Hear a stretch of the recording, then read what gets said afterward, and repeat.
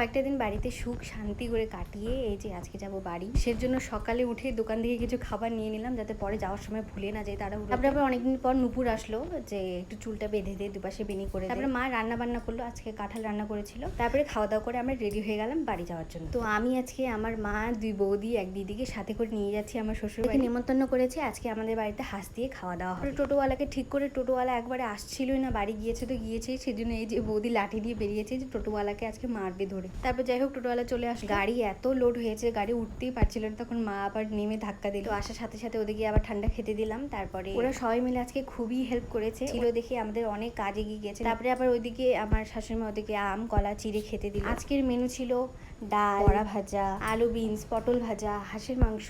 তারপরে ওদিকে খেতে দিয়ে আমরাও বসে পড়লাম খেতে। যাওয়ার সময় মা আবার আমার হাতে 100 টাকা দিয়ে, মেয়ের বাড়িতে নাকি কিছু খেলে মূল্য দিয়ে খেতে হয়। তো ব্যাস আজকের মতো এটুকুই, দেখা হচ্ছে পরের কোনো ভ্লগে।